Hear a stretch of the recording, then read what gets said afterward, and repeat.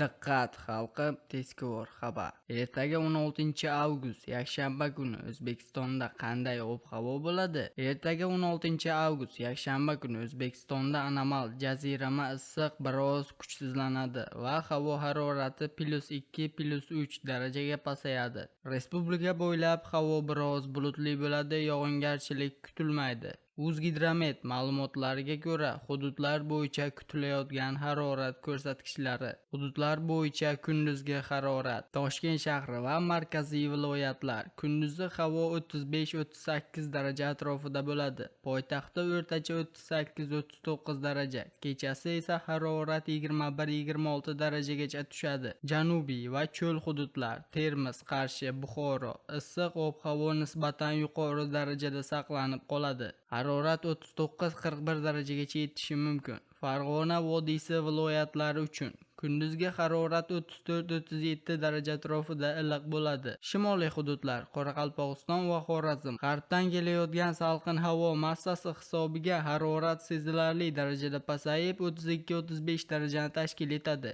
Muhim ogohlantirishlar: shamol va chang to'zonlar. Respublikaning ayrim hududlarida shamol tezligi 13-18 metr sekundgacha kuchayishi, ba'zi joylarda chang to'zonlar kuzatilishi ehtimoli bor. Keyingi kunlar dushanba 17 avgustdan boshlab esa salqin havo oqimi yanada sezilarli bo'ladi va harorat poytaxtda 36-37 darajagacha pasayadi. Sizga yetkazmoqchi bo'lgan xabarimiz shulardan iborat edi. O'zingiz va o'zgalar hayotiga befarq bo'lmang. Xayr, salomat bo'ling.